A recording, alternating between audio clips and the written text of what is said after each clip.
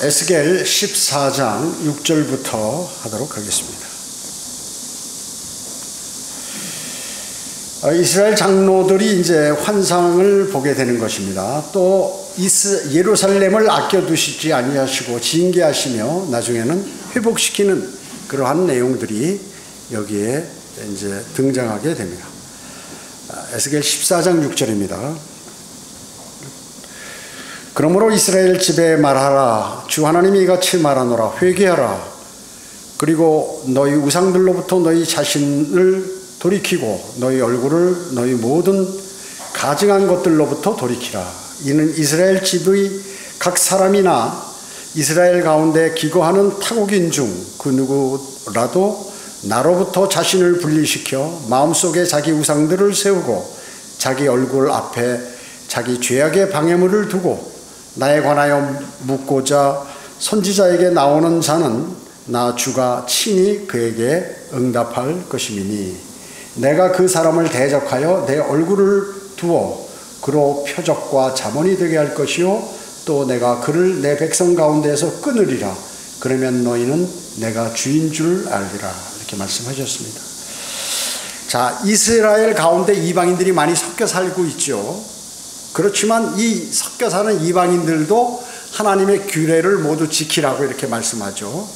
그래서 똑같이 지킨다는 전제에 그들 가운데 들어와서 살도록 그렇게 허용했기 때문에 이방인들도 유대인 가운데 사는 사람들은 전부 그 율법을 준수해야 돼요. 그런데 이 마귀는 하나님으로부터 사람을 분리시킨다 그 얘기죠.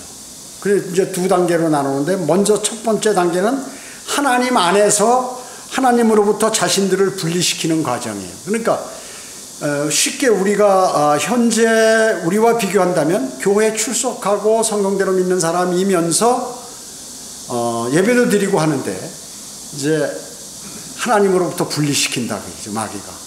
즉 하나님의 말씀이 마음속에 들어오지도 않고 관심도 없고 말씀과 기도에 정진하지도 않고 이렇게 살도록 해서 즉 하나님 안에 있지만 실질적으로 하나님과 분리시켜 놓는 시킨 그러한 상태의 삶을 사는 1단계의 삶이 있고 그 다음에는 뭐냐면 완전히 이제 하나님으로부터 떠나서 하나님으로부터 완전히 분리되는 이러한 단계에 이르게 된다는 것이죠.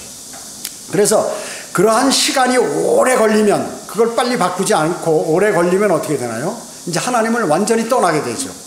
떠나게 돼서 하나님과 완전히 단절된 그러한 삶을 살게 된다는 그것을 지금 여기서 말씀하고 계세요. 또 마음속에 우상을 새겨놓는 자라고 했어요. 하나님께서 그 사람들은 반드시 내가 본을 보이겠다 그 사람에게 내가 어떤 존재인지 하나님이 어떤 분인지를 그 사람에게 그렇게 보여주겠다 하는 것이죠. 그렇기 때문에 그 마음속에 우상을 새겨놓는 사람들은 바깥에서 온갖 것들을 자기 안으로 다 갖고 오는 거죠. 그래서 이 안을 더럽히고 오염시키는 것이죠. 마음을 오염시키고 내 생각을 오염시키고 이렇게 해버린단 말이죠. 그런 다음에 이제 스스로 밖으로 아예 나가버린다는 거예요. 그리고 그래서 하나님과 분리돼 버린다 하는 것이죠. 그래서 마음에 우상을 생겼기 때문에 우상을 따라가는 거죠. 그 우상이 무엇인지 모르지만 자기의 자존심인지 아니면 자기의 자녀인지 아니면 내 삶의 목표인지 그것이 돈인지 아니면 뭐 어떤 세상의 즐거움인지 이런 것들을 마음에 우상을 세워놓고 하나님을 섬긴다고 이렇게 하고 있는 많은 사람들이 있다는 거죠. 이스라엘 백성 가운데도 하나님의 백성이면서 우상을 섬기더라고요. 얘기죠. 그래서 이런 자들에게는 하나님께서 대적하여서 내 얼굴을 두겠다 이렇게. 그러니까 다른 사람들이 누가 보더라도 그 사람에게 표적이 되게 하겠다 그 얘기죠. 그래서 손가락질을 받고 하나님을 배반한 자가 어떤 꼴을 당하는지 말할 때마다 그 사람을 예를 들어서 말하도록 그렇게 하나님께서 마치 속담의 주인공처럼 만들어 버리시겠다. 잠언이 되어서 두고두고 세인의 그런 웃음거리가 되도록 만들어 버리겠다. 이렇게 말씀하고 있는 것이 지금 이 말씀이요. 민수기 26장에 보면 코라의 자손들이 나오죠. 거기에 아론과 모세를 거역해가지고 반역하고. 그러니까 모세는 뭐예요? 자기가 멋대로 하는 게 아니잖아요. 하나님의 지시를 받아서 그걸 그대로 전달하는데 거기에 불만을 가지고 이 사람들이 말이죠. 그렇게 했을 때 거역해서 싸우다가 어떻게 땅이 입을 열 땅이 쫙 갈라져서 그 안으로 다 들어가 버렸죠. 삼키는 바람에 죽임을 당한 그러한 사람들이 그때 하늘에서 불이 내려와 가지고 250명을 삼켰다. 그것이 표적이 됐다. 표적. 하나님의 말씀에 하나님의 백성이 그대로 살지 않고 우상이나 섬기고 자기들 멋대로 했을 때는 이런 것이다 하고 이렇게 하나님께서 시범 케이스로 보여주신 그러한 것들이다. 그죠. 그래서 성경은 어리석은 사람, 하나님하고 교제하기도 싫고 뭐 하나님 말씀에 순종하기도 싫은 그런 사람을 억지로 끌어다가 교회에 놓는다든지 뭐 이래가지고 되는 게 아니다. 그 얘기죠. 그러면 그런 사람들에게 명예를 줘봐야 어떻게 된다고요?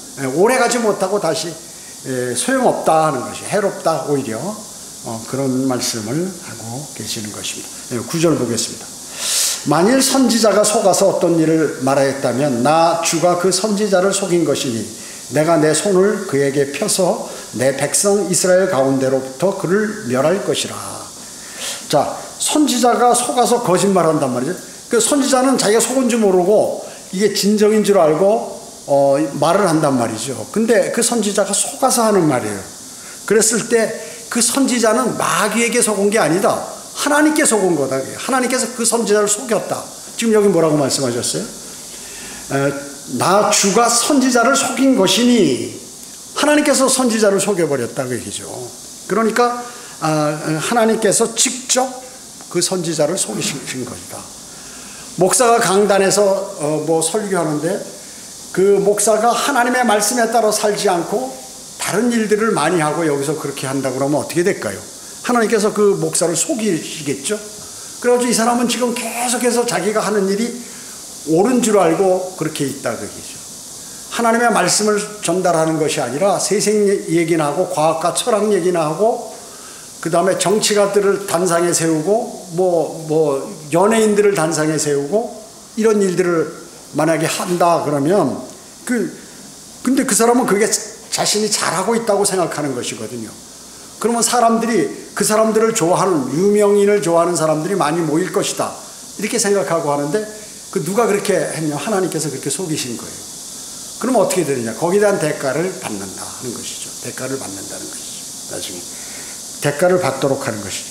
그럼 하나님께서 속일 때 그 사람 마음이 오직 주님을 향한 사람을 속이겠어요? 속이려고 하는 그러한 생각을 갖고 있는 사람, 또 하나님의 말씀에 따라서 하지 않고 마음에 우상을 둔 사람, 그 사람을 속이는 거예요. 그 사람을 속이는 거죠. 그렇기 때문에 많은 사람들이 욥기 12장 16, 17절에 보면 능력과 지혜가 그에게 있으며 능력과 지혜가 주님께 있단 말이죠. 속는 자와 속이는 자가 그의 것이라. 속는 자와 속이는 자도 다 그의 것이라. 그는 의인자들이 약탈당하도록 이끄시며 재판관들도 어리석은 자가 되게 하시는도다. 그러니까 자기가 옳은 줄 알고 판결을 하는데 그 재판관이 잘못 판결하도록 만든다고 얘기죠. 그러니까 그러면 어떻게 다른 사람들이 그 재판관을 얘기할 때 저 사람은 어리석은 사람이다. 초등학생이 봐도 이게 맞는데 초등학생도 판단할 수 있고 재판할 수 있는 그 내용을 저 훌륭한 판사라고 하는 사람이 재판관이라고 하는 사람이 판결을 못하네? 이렇게 하도록 만드신다. 그럼 어떻게 사람들에게 웃음거리가 돼버리는 거죠.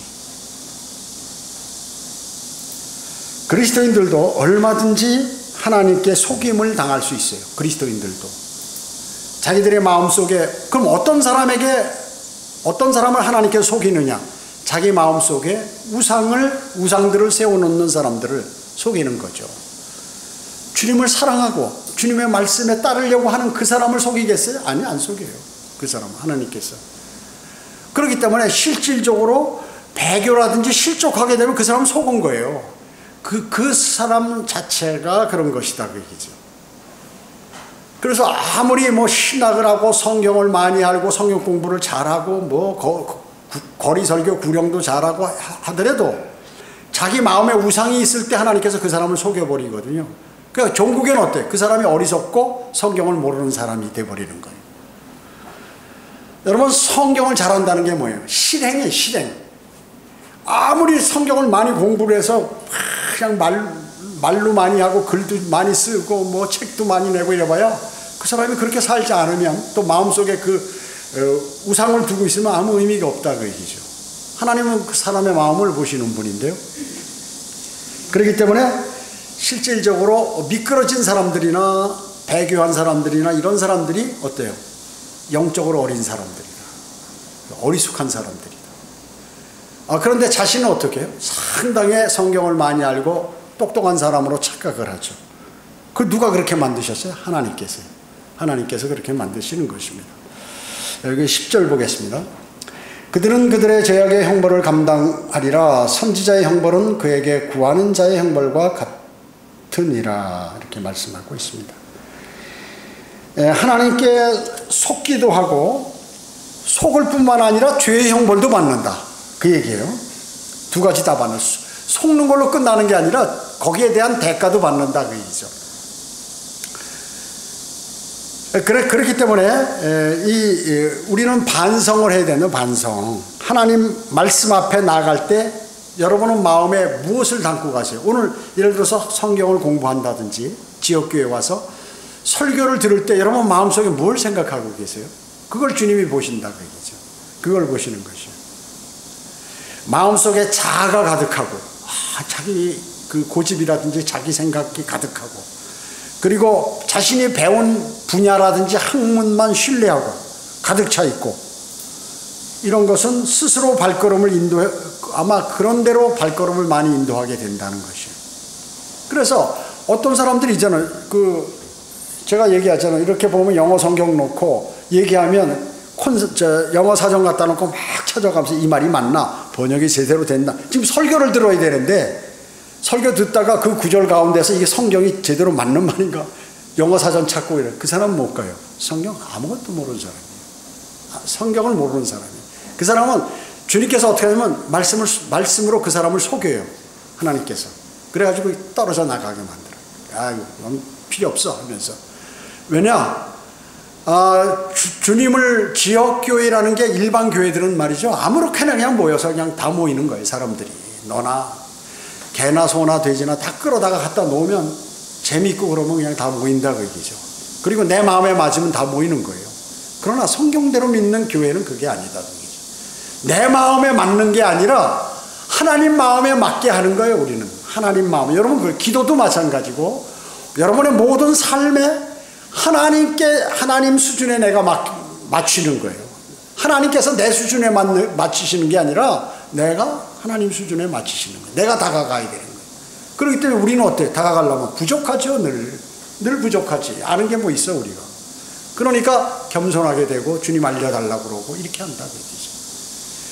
그러니까 그게 대단히 중요하다는 말씀이죠. 그게요. 수많은 사람들이 그걸 몰라가지고 그냥 그렇게 그러니까 교회 다닌다고 그러면 그 교회 좋은 교회가 나쁜 교회 인원이 몇 명이에요? 뭐 어때요? 그 목사 학교 어디 나왔어요? 이런 것만 물어본다 그 얘기죠. 그리고 유튜브에 조회수가 많고 뭐 이러면 그 사람 유명한 사람인가 보다. 방송국에 한번 나오면 대단한 사람. 여러분 어때요? 텔레비에 그 맛집들 소개하는 거 있잖아요. 여러분 텔레비에 나오면 다 맛집 잘하는 집인가요? 그렇지 않잖아요. 안 나오는 사람 가운데도 잘하는 사람 많이 있고 맛집은 돈 줘서 이렇게 프로그램 우리 나와달라고 얘기하면 나오는 것도 많이 있잖아요. 그렇기 때문에 그와 마찬가지로 하나님을 섬기고 이렇게 한다는 것은 바른 지역교회라는 것은 그냥 인간의 생각과 판단으로 이루어지는 게 아니야. 자기 기준에 맞춰서 가는 게 아니다. 여러분 복음을 전하면 구원받은 사람에게 뭐라고 해요? 성경대로 믿는 교회 출석하셔야 된다고 얘기를 해요. 아무 교회나 가세요 이렇게 얘기하면 안 돼. 대단히 너그럽고 아주 자비로운 사람 같이 당신 아무 교회나 나가세요. 주변에 가까운데. 그러면 은사주의 교회라든지 그 바른 성경을 쓰지 않는 변개된 성경을 쓰는 교회에 나가란 말이냐 그 얘기죠. 아니에요. 반드시 구원받았으면 성경대로 믿는 그러한 교회에 출석하셔서 경배를 드려야 된다. 이렇게 얘기합니다. 근데 수많은 사람들이 성경대로 믿는 교회에 오잖아요. 제도권 교회 다니다가 잘 안 맞는 거예요. 안 맞지요. 그러니까 제가 드리는 말씀이 뭐예요? 모든 것을 던져버려라. 모든 것을 다 내가 과거에 했던 모든 믿음은 다 헛거다. 이래버려야지. 나 과거에 이렇게 믿음이 좋았는데 생각하는 사람은 그건 나중에 실족이 된다. 그 사람은. 왜냐? 자기 마음에 우상이 있는 그러한 사람이거든요. 자기의 형식대로 주님을 섬기는 사람이. 하나님의 말씀대로 섬기는 게 아니라. 그래서 대단히 중요하다 그것은. 죄악의 형벌을 담당하는 것은 당연하다. 거짓 선지자들을 따르는 사람들도 형벌을 받는다. 자, 어떤 사람이 성경을 많이 알고 오랫동안 믿음 생활했어요. 근데 자기 교회에서 성경이 변개된 성경을 쓴다. 개혁 성경이나 개역 개정판, 무슨 흠정역이나 표준 킹제임 성경이나 쓴다. 거기 앉아 있으면 어떻게 되나? 그 사람들도 같은 형벌을 받게 된다. 성경을 멋대로 변개하고 자기 기분에 의해서 나도 한번 번역을 해봐야겠다. 그 다음에 여기서 쓰는 성경은 똑같이 해버리면 이쪽에서 시비를 걸 거니까 조금 바꿔서 해보자. 그래가지고 성경을 조금씩 바꾼다 그 얘기죠. 재판관계를 사사기라고 쓴다든지 이런 것들. 그 제도권교회 같이 만약에 재판관계라고 쓰면 이거 한글 킹제임 성경을 도용한 것이다 나오기 때문에 할 수 없이 재판관계라고 사사기라고 쓰는 것이. 솔로몬의 노래 아가서라고 아가 솔로몬의 노래라든지 무슨 뭐 이런 식으로 해버린다 그 얘기죠. 그 주님께서 다 아시죠. 그거를 다 아시죠. 그래서 그런 자들과 함께하는 사람도 어떻게 같은 형벌을 받게 된다. 주님은 반드시 대가를 지불하는 분이에요. 잘하는 사람 어떻게 칭찬과 상을, 못하는 사람과 징계와 형벌을 꼭 내리시는 분이에요. 그렇기 때문에 그 마음속에 우상을 다 던져버리고 오직 주님만을 사랑하는 그 마음이어야 돼. 나도 성경을 번역할 수 있다. 나도 교회를 해서 큰 교회를 만들 수 있다.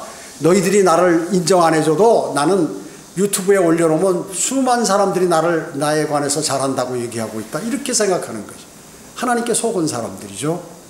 거기에 따르는 사람도 같은 속임을 당할 뿐만 아니라 형벌을 당한다고 여기서 지금 말씀하고 있는 것이에요. 여기 11절 보겠어요. 이는 이스라엘 집이 다시는 내게서 이탈하지 않게 하고 그들의 모든 죄악들로 더 이상 더럽혀지지 않게 하여 그들은 내 백성이 되고 나는 그들의 하나님이 되게 하려 함이라. 주 하나님이 말하노라. 자, 하나님께서 그 자기 백성에게 호단 형벌을 가하시는 까닭이 뭐예요? 이스라엘이 이탈하였기 때문에 그런 것이고, 그렇기 때문에 지금 이탈했으니까, 이탈이라는 게 뭐예요? 지금 하나님의 백성이 아니에요. 원래 하나님 백성인데 잠깐 밖으로 튀어나간 거죠. 그렇기 때문에 현 상황은 하나님의 백성이 아니다. 이탈했기 때문에. 그러나 그분은 약속하셨기 때문에 영원히 계속되는 것은 결코 아니고 다시 이제 하나님의 백성이 될 것이라고 강력한 의지를 천명하고 계신 거예요. 여기서. 그러면 어떻게 됩니까? 유대인들이 교리상 대환란을 거치면 예수 그리스도를 영접해요. 여러분, 주 예수 그리스도께서 하나님이시잖아요. 근데 그분을 지금 유대인들은 그냥 일반 무슨 선지자나 이런 종류로 아는 거예요. 그 이슬람에서 예수 그리스도를 평가하는 식으로. 그렇기 때문에 신약을 그들은 믿질 않죠. 이미 예수 그리스도께서 메시아로 그들 땅에 그들을 구원시키기 위해서 오셨는데 그들이 거부해버렸다고 얘기했어요. 그래서 그거에 대한 그 대가가 최종적으로 이루어지는 게 7년 대환란이에요. 대환란. 그래서 대환란 끝부분 끝날 쯤에서 그들이 다 돌아서잖아요. 주님을 영접한다고. 주님을 받아들여요. 그리고 율법을 지켜요. 그들이. 그래서 예수 그리스도도 영접해야 되고 그분을 메시아로 인정해야 되고 그 다음에 그들은 율법도 지켜야 돼. 행위도 지켜야 돼. 믿음과 행위를 다 지켜야 돼. 대환란에서 구원받으려면. 자, 그래서 그들은 이제 다시 돌아오게 된다. 자, 12절 13절 보겠습니다. 주의 말씀이 다시 내게 임하여 말씀하시니라. 인자야, 그 땅이 심하게 범법함으로써 나를 거슬러 죄를 지으면 내가 내 손을 그 땅 위에 펴서 식량봉을 꺾을 것이요 기근을 그 위에 보낼 것이며 사람과 짐승을 그 땅으로부터 끊으리라. 이렇게 말씀하고 계세요. 자, 민족들이 어떤 한 집단, 대한민국이 대한민국, 일본이면 일본, 중국이면 중국, 러시아면 러시아, 이런 나라들이 범죄를 저지른다. 범법화. 그렇게 되면 어때요? 그 범죄가 뭐예요? 우상을 막 많이 섬기든가 거짓말을 한다든지 국가적으로 거짓말하는 거 있잖아요. 예를 들어서 일본 독도가 우리 땅이다. 이 거짓말이거든요. 그걸 막 우기는 거 이런 것들 한다든지 그러면 먼저 1차적으로 뭐예요? 식량봉을 꺾으신다. 식량봉. 이게 뭐예요? 눈을 많이 내리게 한다. 막 춥게만 더워야 할 그런 이런 날씨에 해가 쨍쨍 비쳐서 식물들이 잘 자랄 때 막 추워버려요. 그러면 다 죽어버리죠. 그 다음에 홍수, 태풍 뭐 이런 것들, 병충해, 가뭄 이런 것들로 하나님께서 기후로 이렇게 공격을 하셔야 된다. 그 얘기죠. 1차적으로. 그 다음에 뭐예요? 기근을 보내신다. 자, 기근이 겹치면 살기가 어렵죠. 물건도 사기가 어렵고 물가가 엄청나게 오르겠죠. 농산물이 다 초토화되면 어떻게 돼요? 또 무슨 뭐 병 들어가지고 가축들이 다 죽어버리고 AI 걸려서 무슨 뭐 돼지, 닭, 소 이런 것들이 죽어버리면 어떻게 해요? 엄청나게 물가가 오르죠. 여러분 기근은 뭐예요? 전쟁하고 전염병하고 세 가지가 이 백성들 잘못하는 백성들을 심판 내리는 하나님의 방법이에요. 전염병, 기근, 전쟁 이거예요. 하나님께서 민족을 징계하실 때 사용하는 3대 재앙 중에 하나가 바로 이 기근이란 말이죠. 그렇기 때문에 고통스럽고 이 기근이 길어진다. 여러분 며칠 전에 뭐예요? 지금 어제 뉴스 보니까 하와이에 불이 났는데 어떻게 그 도시를 막 그 산불이 덮쳐가지고 말이죠. 사람들이 바닷속으로 뛰어들고 뭐 지상낙원이라고 하는 그 하와이가 완전히 초토화돼 버렸어요. 초토화돼. 하나님께 시범을 보이시는 거야. 너희 여기 좋다고 맨날 놀러와서 나쁜 짓 하고 돌아다니는데 내가 한번 이거 불을 붙여서 하면 너희들이 인간이 아무리 머리 쓰고 무슨 헬기를 띄우고 비행기를 띄워서 물을 갖다 쏟아붓고 해도 소용이 없다. 깜짝 놀랐어요. 그 도시가 어떻게 불바다가 돼버리냔 말이죠. 로마 제국이 다 네로가 불살러가지고 다 불타듯이 그렇게 돼버리냐고 얘기죠. 아주 도시가 전체가 차고 뭐고 아주 길거리에 세우는 그렇게 산불이 무섭다 그 얘기죠. 인간이 끌 수가 없어요. 주님께서 구름을 몰아서 비를 내려주셔야 그게 꺼지는 거예요. 인간이 아무리 끌라도 안 되는 거죠. 여러분 지금 우리나라 주변에 이렇게 나라들 있잖아요. 뭐가 있어요? 남쪽에는 일본 있죠. 서쪽에는 중국 있죠. 북쪽에는 러시아 있죠. 또 동쪽에 미국 있죠. 우리 또 그 북쪽에는 북한이 있죠. 나라들이. 미국을 제외한 나라들 전부 뭐예요? 일본. 우상을 어마어마하게 섬기잖아요. 우상을 섬겨요. 그리고 독도가 자기 땅이라고 그러고 자기들이 독일은 사과하는데 사과 안 하잖아요. 끝까지 사과 안 하잖아요. 그 어떻게 해요? 태풍이 요번에 7호 왔을 때 6호인지 7호인지 6호가 왔을 때 덮치고 또 하나 올라오잖아요. 계속 태풍이 우리나라 바람막이 하는 게 일본이. 계속 지진이 일어나잖아요. 그게 우연이에요? 다른 나라도 섬 많은데 왜 일본은 그러느냐고 얘기죠. 그러니까 그게 계속해서 징계고 그게 경고예요. 나중에는 어떻게 되냐? 물에 다 잠긴다고요. 이제 계속 그러면 우리 잘못했습니다. 하나님 용서해 주세요 하고 막 난리치고 이러면 하나님께서 그걸 다 계획을 바꾸시지만 그렇지 않으면 나중에 너희 끝까지 그럴래? 한번 물속에 잠겨볼래? 이렇게 해가지고 다 잠겨버리게 하신다. 마찬가지예요. 주변에 지금 여러분 우리 해변가 물론 바람이 불면 바다에서 오기 때문에 많은 피해가 있다고 우리는 상식적으로 생각하지만 해변가 강릉 강원도 이런 사람들 바닷가에 있는 그 어부들이나 이런 그걸로 돈 버는 사람들 하나님을 무시해요. 뭐 바다에 나갈 때 출하할 때 무슨 뭐 이상한 깃발 꽂아놓고 둥둥둥둥 치면서 뭐 이상하게 다른 이상한 신들에게 제사를 한다고 이렇게 난리예요. 하나님께서 경노하시는 거죠.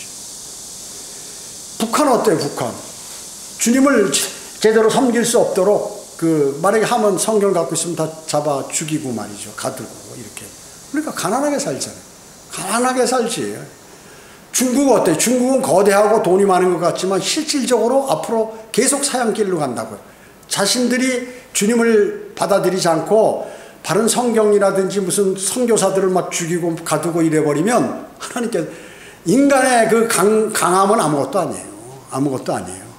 러시아 어때? 지금 전쟁하면서 우크라이나고 지금 그 대국이 서서히 망해가고 있잖아요. 망해가고 있는 거예요. 망해가고 있어요. 우크라이나 막 드론 갖고 모스크바 공격하잖아요.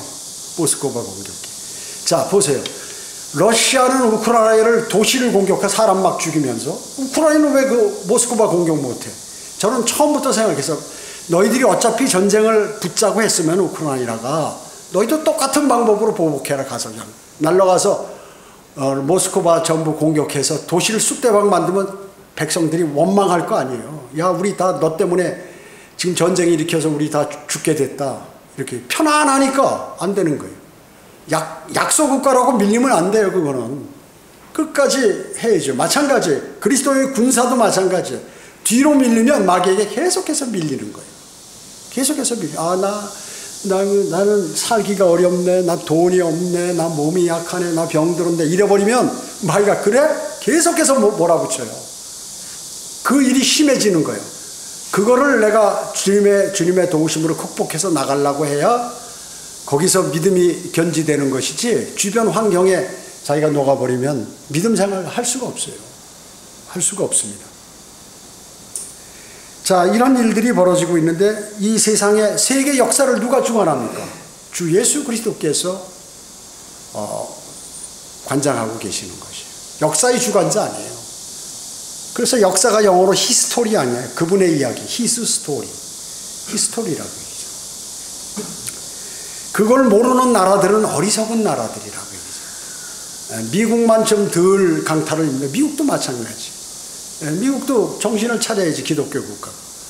무슨 뭐 여호와의 증인 거기서 나왔지, 몰몬도 나왔지, 무슨 뭐 은사주의도 거기서 나왔지, 이상한 로마 카톨릭도 지금은 믿고 말이죠. 대통령도 로마 카톨릭에 나오고 말이죠. 케네디 같은 경우 뭐 이래버리니까 어떻게 해요? 하나님께서 그래? 토네이도를 보내고 허리케인 보내고 계속해서 그러시는 거예요. 그걸 알아야 돼. 이번에 홍수로 잠겨버렸죠.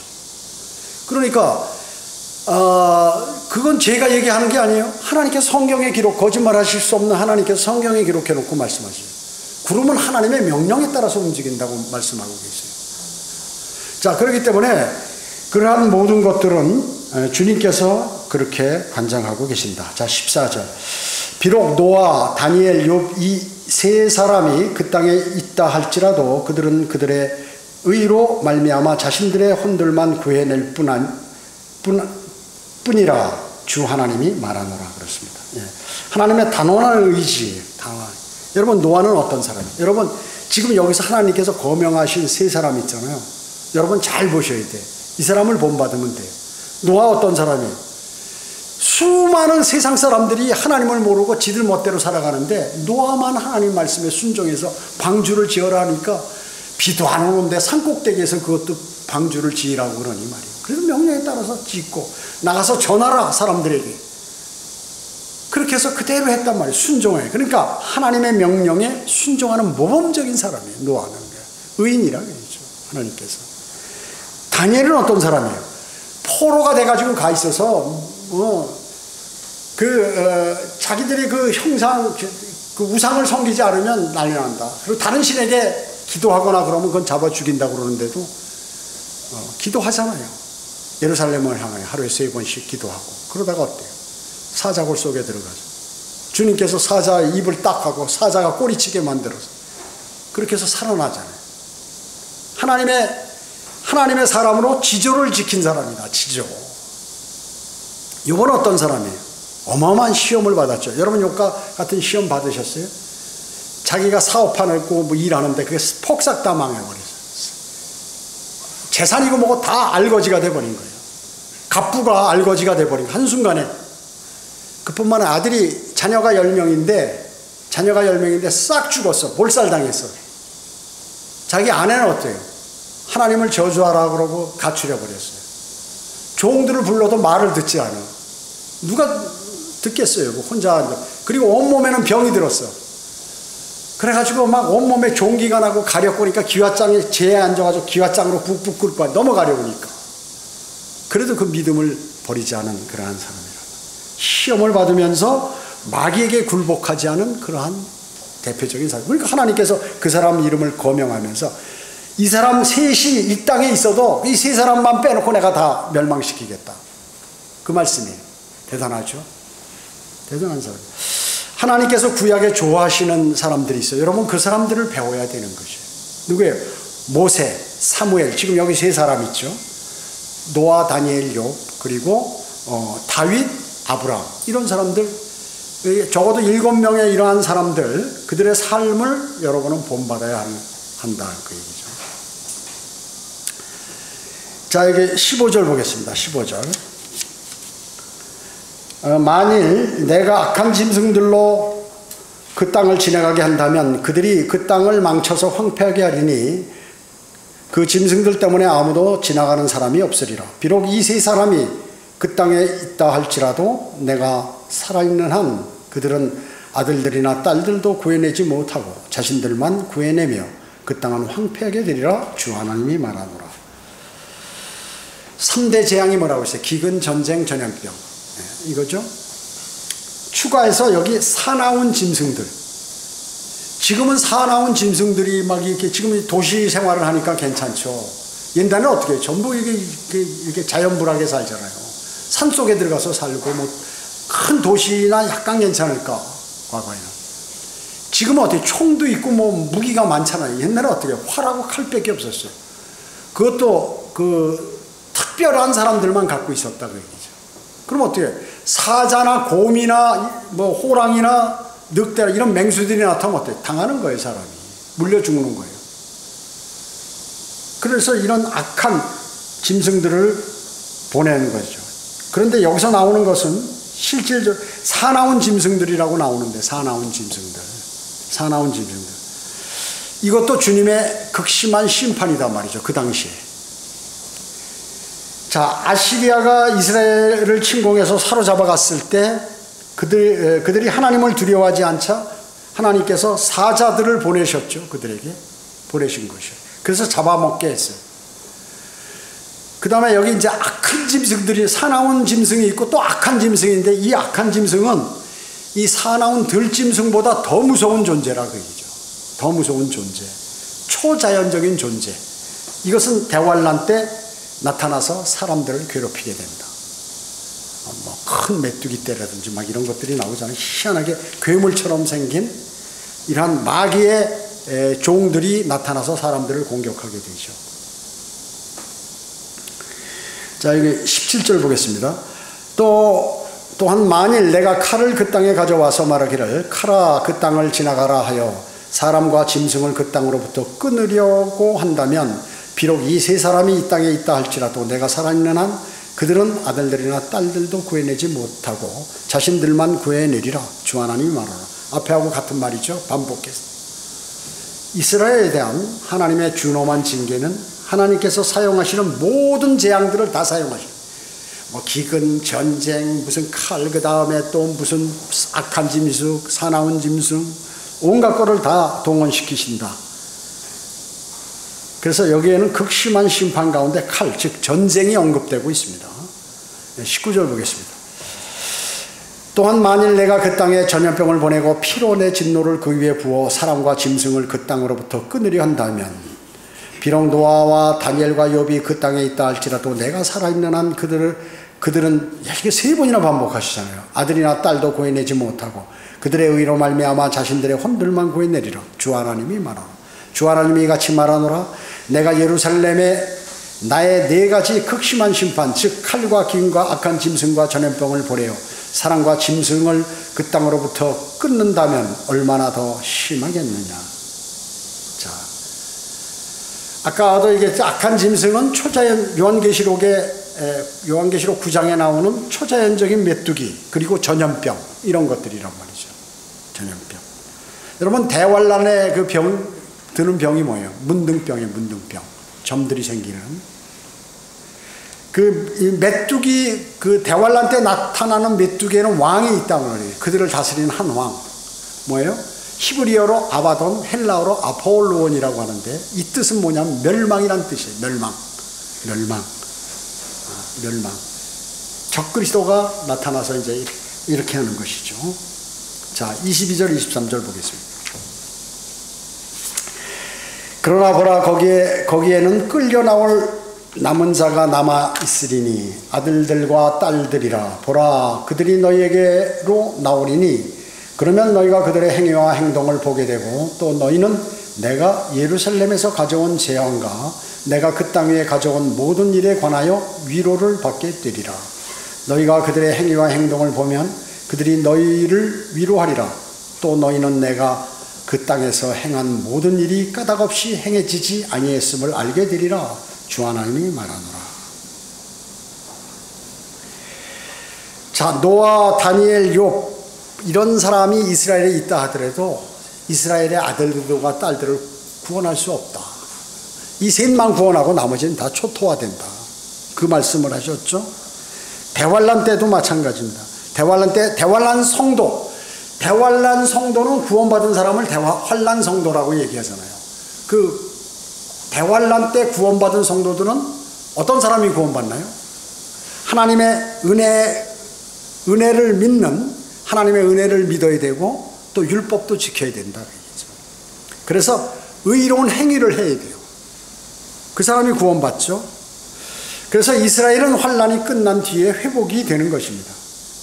대환란 기간 동안에 재앙과 적그리스도의 박해를 받으면서도 살아남아 있는 사람들, 이게 환란 성도들이라고 합니다. 살아남기 위해서 짐승의 표를 이마나 손에 받지 않고 끝까지 믿음을 지키는 그 사람들이 있잖아요. 율법을 지키고 참으로 의로운 사람들, 이 사람들이 이제 본이 되는 거예요. 본이 되는 것이죠, 이스라엘에게. 자, 그렇기 때문에 이 사람들은 자신도 구원받고 후에 이스라엘도 회복이 됩니다. 회복이 됩니다. 그것을 보면 이스라엘은 위로를 받는 거예요. 아, 하나님은 그래도 끝까지 대환란 기간 동안에 잘 믿음을 지키는 그런 사람들을 구원시키시는구나. 자, 이런 끝까지 믿음을 잘 지키는 것, 이 교리를 현재 기독교인들에게 적용시킨다. 많은 교회 목사들이. 자, 그럼 그 사람들은 왜 이런 교리를 모를까요? 이런 진리를 잘 모를까요? 하나님께서 그 사람의 눈과 귀를 가려주기 때문에 그렇습니다. 뭐 신천지라든지 하나님의 교회 장길자라든지 무슨 뭐 기타 많이 있잖아요. 그 군소 이단들부터 시작해서 또 큰 교회 유명한 목사들 많이 있잖아요. 그 사람들은 왜 이런 거 모를까요? 하나님께서 안 알려주시는 것이에요. 그 사람도 멸망당할 뿐만 아니라 그 사람을 따르는 모든 사람들도 멸망당하게 하시기 위해서 그런 것이에요. 왜? 그들의 마음에는 우상을 갖고 있기 때문에 그랬어요. 우상을 갖고 있기 때문에. 이스라엘이 지금 고통받고 대환란 때 고통받는 것도 바로 그것 때문에 그런 것이에요. 이제 그것을 버리면 하나님께서 다시 회복시켜 주신다. 회복시켜 주시는 것이에요.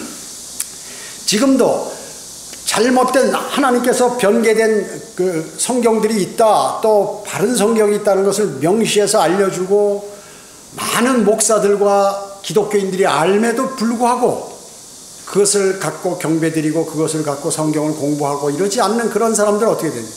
다 그 사람들은 징계를 받는 것이에요. 왜? 차라리 세상 그 사람 같으면 그냥 지옥에 가서 그런데, 구원받았다고 하는 사람이거나 구원받은 것 같다고 하는 사람들, 이런 사람들이 그 잘못된 믿음과 바르지 않은 그러한 성경을 갖고 이렇게 한다는 것은 하나님께서 용납하지 않으시는 것이에요. 여러분 어때요? 하나님께서는 한 가지 성경을 한 번 말씀하시면 그 말씀이 그대로 가는 거지, 이렇게도 해석하고 이렇게도 해석하고 이렇게도 해석하나요? 안 그래요. 안 그래요. 그리고 예를 들어서 영어 성경이 최고의 성경이다. 여러분 예레미야 보면 예레미야가 이제 그 기록한 그것을 다 불태워버리잖아요. 그 다음번에 하나님께서 또 그 같은 성경을 만드는데 거기에 더해서 말씀하시는 거예요. 그렇기 때문에 어떤 그 하나님께서 어떤 사람을 통해서 써서 어떻게 하느냐가 가장 중요하고, 또 그 바른 성경 줄기를, 그 버전을 사용해서 번역해서 사용하느냐, 이것이 대단히 중요하다. 바른 성경을 가지고 번역한다 하더라도 하나님께서 그에게 허락하지 않은 그러한 것들을 할 때 그것은 자기 멋대로 이렇게 하게 된다는 것이죠. 그러니까 세상적인 인기, 그 다음에 세상적인 그러한 자존심 이런 것으로 나도 할 수 있어 이래가지고 하면서 그것을 멋대로 변개시켰을 때 이제 거기에 대한 대가를 반드시 받게 된다는 것이죠. 자신도 구원받고 이스라엘도 회복된다는 이스라엘이 위로를 받았습니다. 반면에 자신들의 하나님에 대한 그러한 반역과 범죄에 대해서 심판을 내리신 것이 이스라엘이 왜 우리한테 이스라엘 백성들이 하나님께서 왜 우리에게 심판을 내리신 것이지? 그때야 알게 된다. 우리가 잘못해서 그렇구나. 우리가 하나님 말씀대로 살지 않고 그대로 마귀에게 속아서 우상을 섬겼기 때문에 그렇구나 하는 것을 알게 될 것이다 라고 지금 여기서 말씀하셨잖아요. 여기 23절에 너희가 그들의 행위와 행동을 보면 그들이 너희를 위로하리라. 구원받은 이제 마지막에 환난 성도들이 위로한다. 또 너희는 내가 그 땅에 행한 모든 일이 심판이 있죠. 까닭 없이 행해지지 아니하였음을 알게 되리라. 그렇죠? 하나님께서 왜 심판했나? 우리가 잘못해서 그랬구나 하는 것을 알게 될 것이다. 그때 가면. 그 말씀이에요. 자, 결론적으로 오늘 이 말씀은 이제 이스라엘이 심판받고 막 고생을 하다가 나중에 회복이 된다는 것이죠. 여러분, 그리스도인의 믿음이 어때요? 그냥 편안한 믿음을 갖고 그 사람은 절대로 위험한 믿음이에요. 언제고 쓰러져. 안정된 믿음을 갖고 있는 사람은 언제고 쓰러진다. 고난이 오고 어려움이 오고 갈등 가운데에서 주님과 교제해서 내가 주님의 인도하심을 받아야 이게 훈련이 된다 그러죠. 훈련. 그리스도의 군사가 세상 그 병사들이 전쟁의 터에 나가기 전에 훈련 받는 거하고 똑같아요. 그걸 거치지 않고 전쟁에 나가면 바로 죽거나 도망가거나 이런 일이 벌어지잖아요. 똑같아요. 그리스도의 군사도. 그런 과정을 겪지 않고 형성된 그 믿음은 언제고 사상누각이다. 모래 위에 집을 지은 것 같이 그냥 무너져 버려요. 그러니까 하나님께서 이렇게 단련을 시켜서 이스라엘이 나중에 배반할까요? 안 하죠. 절대 안 해요. 이제 천년왕국 이후로는 이스라엘 배반 안 해요. 이제 워낙에 수천 년간 자기 조상 때부터 고생을 너무나 많이 하고 어려움을 당하고 그 고집이 세니까 안 돌아서는 거예요. 지금도 고집이 세니까. 그 인간이 고집을 버려야 돼. 내가 생각하는 거 있죠? 내가 옳다고 하는 걸 버려야 돼. 하나님 말씀을 선택해야 되는데 자기 고집대로 믿음 생활하면 우상을 섬기게 된다 하는 것입니다. 기도하겠습니다. 전지전능하시고 자비로우신 아버지 하나님 감사드립니다. 저희들은 주님의 위대하신 말씀을 마음속에 담았습니다. 이 말씀이 날아가지 않고 잘 박힌 목과 같이 우리 마음속에 새겨져서 그대로 실천하는 아름다운 그리스도인의 삶으로 저희를 인도해 주시기 원합니다. 은혜 감사드리오며 다시 오셔서 저희를 데려가실 주 예수 그리스도의 이름으로 기도드립니다. 아멘.